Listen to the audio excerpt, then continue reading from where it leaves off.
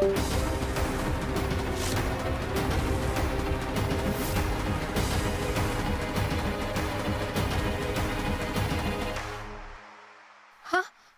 हा दगड तुमच्याकडे कसा?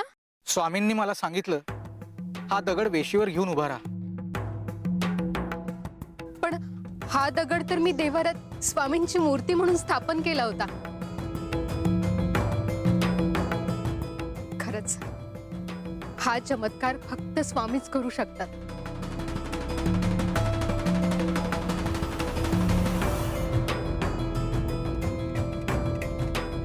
नमस्कार कर.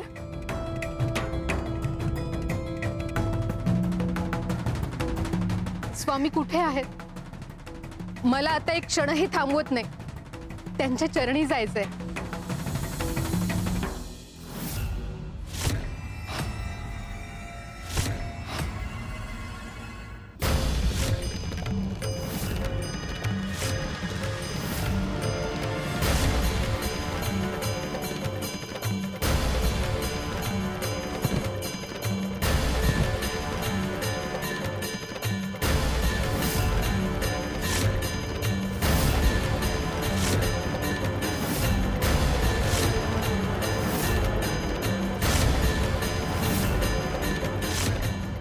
स्वामी, या आघातामागे सुद्धा तुमची कुठली अद्भुत लीला लपली आहे का?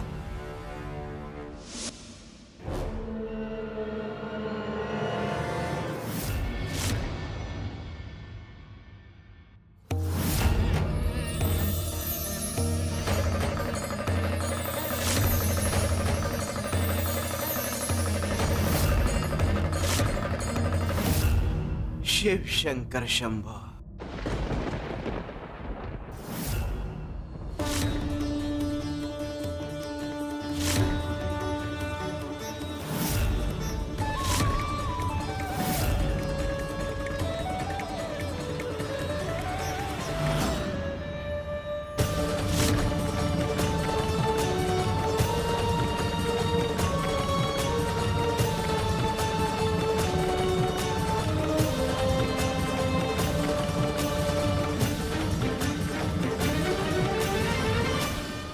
स्वामी, तुम्ही मला दगड मारलात.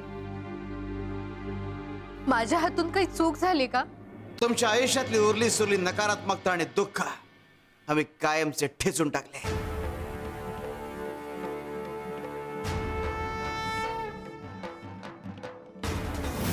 पण स्वामी, माझा गौतम. गौतम,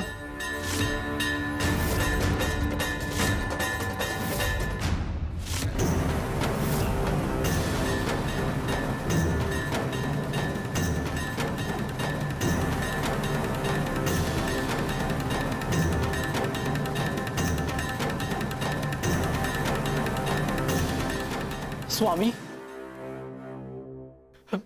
सावित्री आई, मी बरा झालो. स्वामी, तुमच्या कृपेने मी बरा झालो.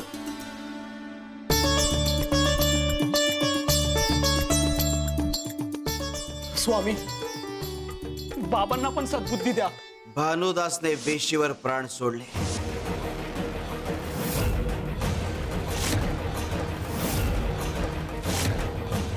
काय?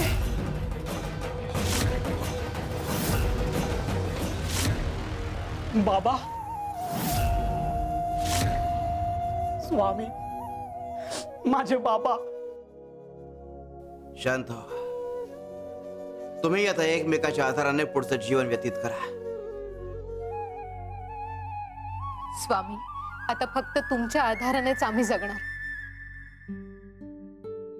तुमच्या चरणांशी बांधलेला धागा कधीही सुटणार नाही.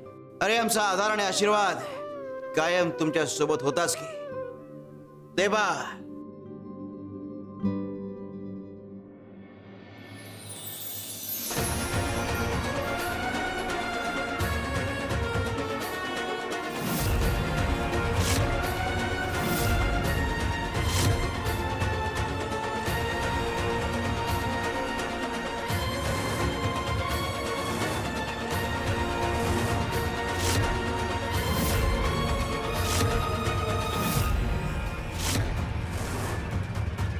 ज्याला तू तुझा आराध्य मानतेस त्यानेच तुला अजूनही या परिस्थितीमध्ये ठेवलंय.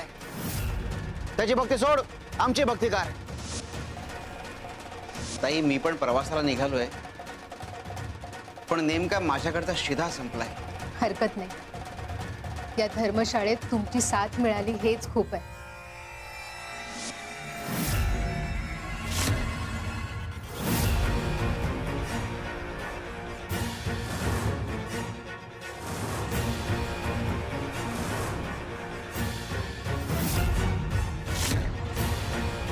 मला वाटलं माझ्या सावित्री आईनेच वाचवलं मला. अरे, तुझ्या सावित्री आईनेच मला पाठवलं असं समज.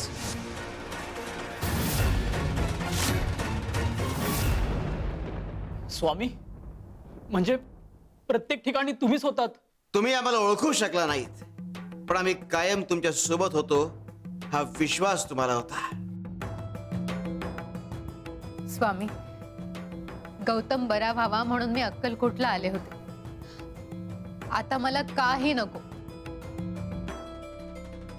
काही दिवस तुमची सेवा करू आणि मग आमच्या गावी परत जाऊ. हे घे. शिव शंकर शंभा.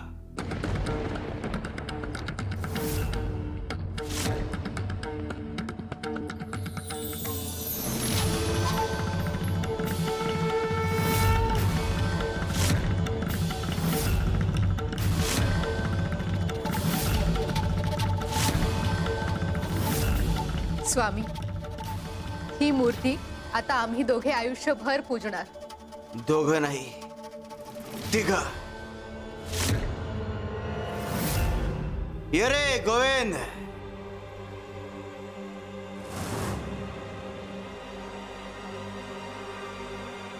आई,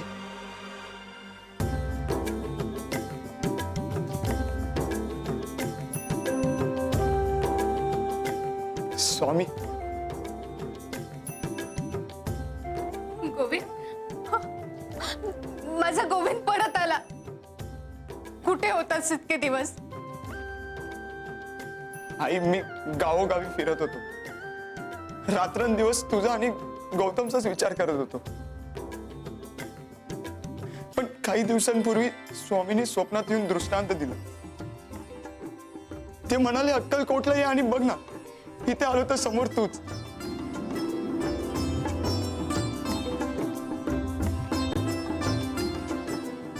तुझ्या लेकालाही घरी घेऊन जा. स्वामी, परागंदा झालेलं लेकरू माझं आज मला मिळालं. अक्कलकोटमध्ये येणाऱ्याची एकही मनोकामना अपूर्ण राहत नाही. अहो, हे काही फक्त बोलणं नाही, हा अनुभव आहे, हे सत्य आहे. स्वामींच्या कृपेचं प्रत्यक्ष दर्शन आहे. इथे येणाऱ्या प्रत्येकाच्या उंजळीत स्वामी शांती, समाधान आणि पूर्णत्व भरून देतात. भिऊ नकोस, मी तुझ्या पाठीशी आहे. सद्गुरु श्री स्वामी समर्थ महाराज की जय.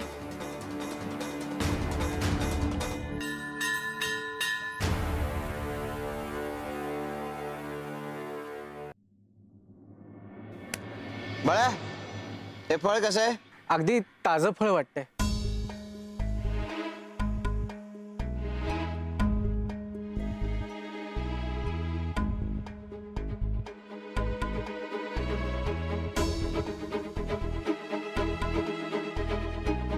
हे बघ,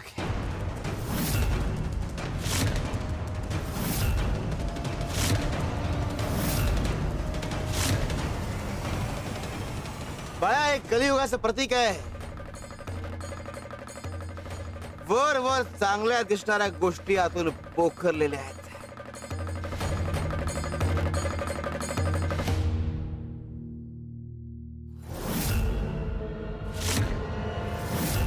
कलियुग आलं, घोर कलियुग आलं. गयाते, अहो काय झालं? अशा का बडबडताय?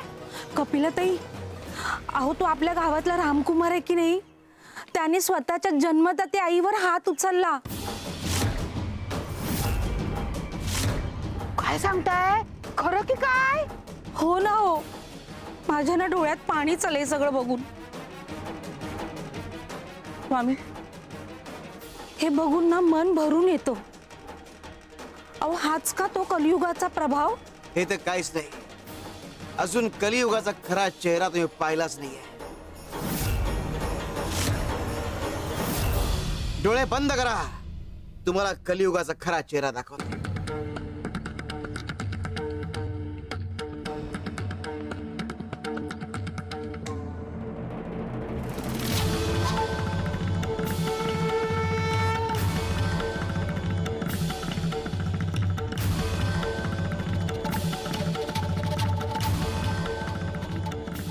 शिव शंकर शंभा.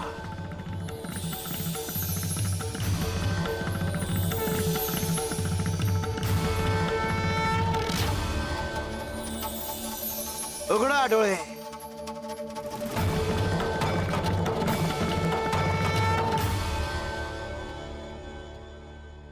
काय रे बाळ्या, काय दिसला? स्वामी, मला 2 सोंडांचा हत्ती दिसला आणि दोन्ही सोंडांचं तोंड वेगवेगळ्या दिशेला होतं.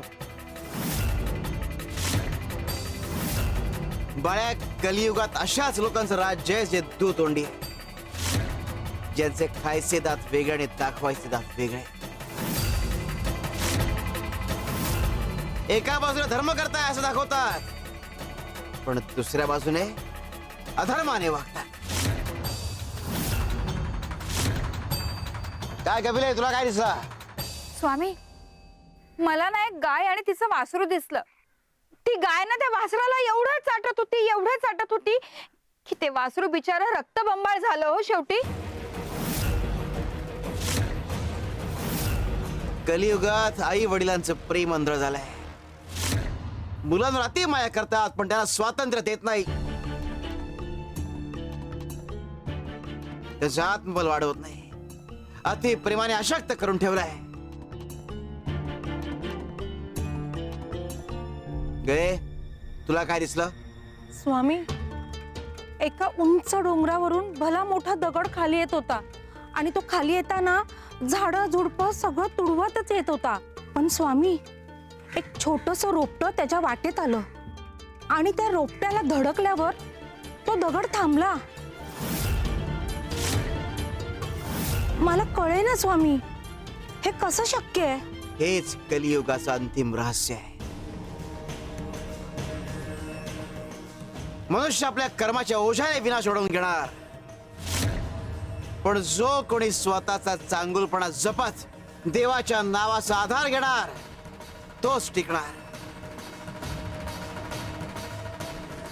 त्याचा उत्कर्ष सुरू होणार. कारण कलियुगात नामस्मरण हेच उद्धाराचं आणि मुक्तीचं माध्यम आहे. आणि हीच गोष्ट आता आम्हाला आमच्या अलकनंदाला समजावून सांगायची आहे.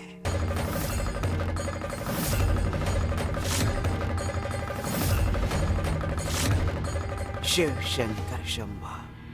श्री स्वामी समर्थ. श्री स्वामी समर्थ. श्री स्वामी समर्थ. श्री स्वामी समर्थ. श्री स्वामी समर्थ. बाबा, सावकाराच्या घरी पुढचे 10 दिवस लाडू पोहोचवायचं काम मिळाले.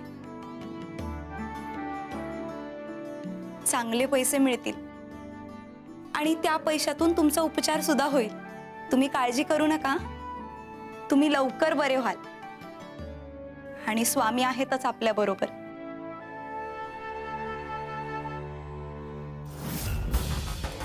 श्री स्वामी समर्थ.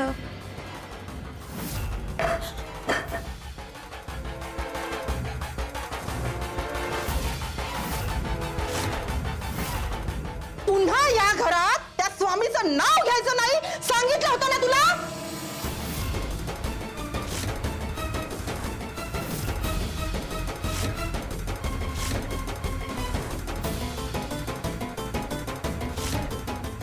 काय गे, आजवर एकही भलं झालं नाहीये त्याच्यामुळं. आणि तू त्याचं भजन, त्याची पूजा, त्याची श्रद्धा इतकी वर्ष झाली करतीयेस. आणि ते बघ तुझे बाबा किती वर्ष झाले आजारी आहेत, काहीच फरक पडलेला नाहीये, तरी आपलं तुझं चालूच आहे, स्वामी स्वामी स्वामी. अगं आई, फरक पडेल ग. योग्य वेळ आली ना नक्की फरक पडेल. हे हे गुणगान ना तुझ्याकडेच ठेव. न्याहारी कुठे आहे माझी? तुझ्या या खंगलेल्या बापाचं करण्यातच आयुष्य चाललंय माझं. कुठून मला दुर्बुद्धी झाली आणि या विदूर माणसाशी लग्न झालं माझं. न्याहारी म्हण मला. अगं आई, किती राग करतेस. निहारी बनवलीये मी. लाडू बनवण्याच्या नादात ते राहून जाईल म्हणून सकाळी उठून मी निहारी बनवलीये आणि मगच हे काम हाती घेतलं. अगं हा काय घाट घालून बसलीयेस? आणि हे सगळं साहित्य, हे लाडू, अगं पैसे कुठून आले? कुठून आले एवढे पैसे? औषधांसाठी पैसे जमा करायचे होते ना, म्हणून हा गृह उद्योग सुरू केलाय. माझे सोन्याचे कानातले गहाण ठेवले आणि कर्ज घेतलं मी.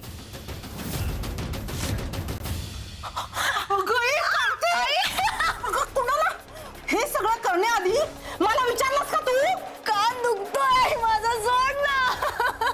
हे सगळं घरातलं आहे ना, हे तुझं नाहीये, हे सगळं माझं आहे, माझं. आई तू समजला?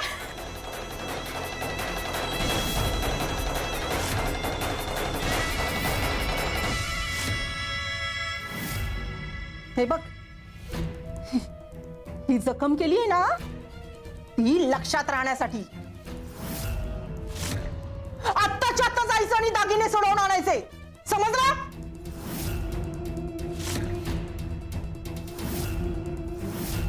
हात धुवून आले मी. न्याहारी वाढवून ठेव माझी.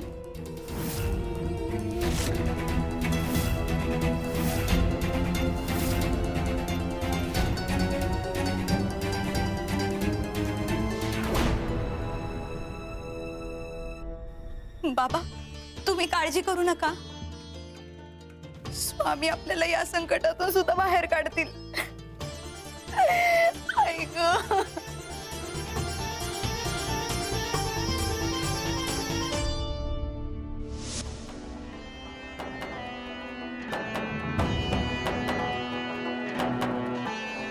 आईशी एवढं चांगलं वागते मी, तरी दरवेळी ती माझ्या बरोबर असंच का वागते? प्रेमाच्या बदल्यात प्रेम का मिळत नाही मला? मी एवढं स्वामींचं नामस्मरण करते, तरी हे दुःख काही कमी होतच नाही.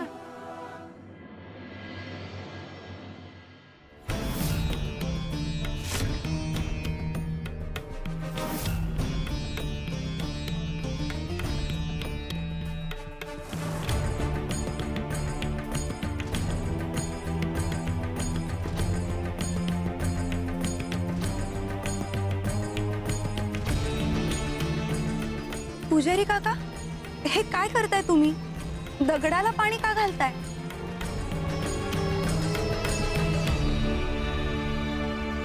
दगडाला अंकुर फुटण्याची वाट पाहतो म्हणून रोज पाणी घालतो. दगडाला अंकुर? पुजारी काका, दगडाला अंकुर कसा काय फुटेल? का नाही फुटत? ते बघ, कालपर्यंत त्या दगडाला पाणी घालत होतो.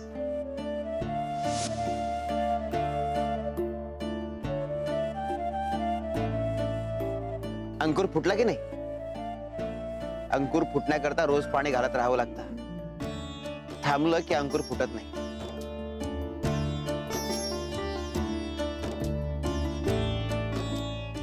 ठीक आहे, प्रसाद आहे मंदिरातला.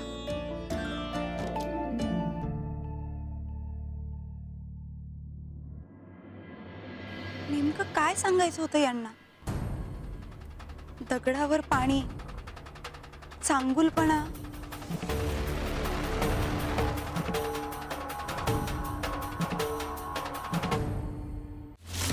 बाबा नका नेऊ. चल समजा घेऊन येऊ. बाबा नका नेऊ.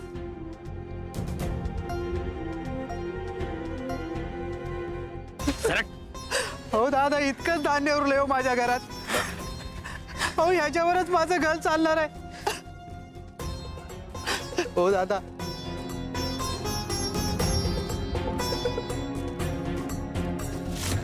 नका नेऊ रे.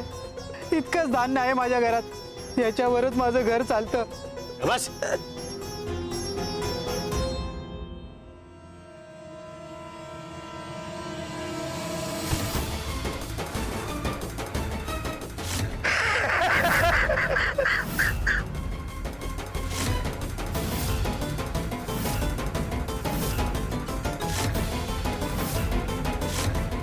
उधारीचं गाव, ज्याचा नाही ठाव त्याचं नाव सूर्यराव. काय रे, या वर्षीचं पीक आलं पण माझा वाटा माझ्या घरी नाही पाठवला. एवढी हिंमत कुठून आली?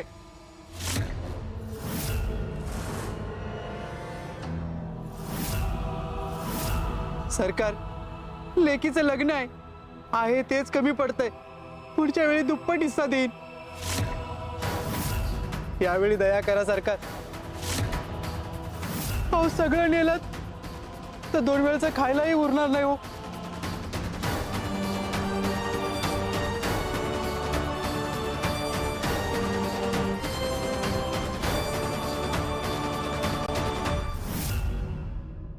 जा रे, एक वाडगा घेऊन ये. आज हे महाशय माझ्याकडं भीक मागणार आहे.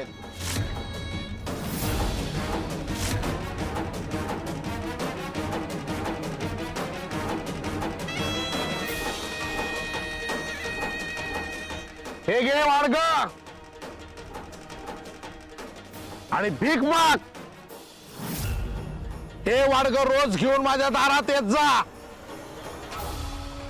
एक वेळचं जेवण पुरेल एवढं धान्य मी तुला भीक म्हणून देत जाईल. एवढ्या मोठ्या मानाचा आहे मी. ओके ना रे? हो सरकार. अहो तुम्ही देव आहात, देव. चल भीक माग.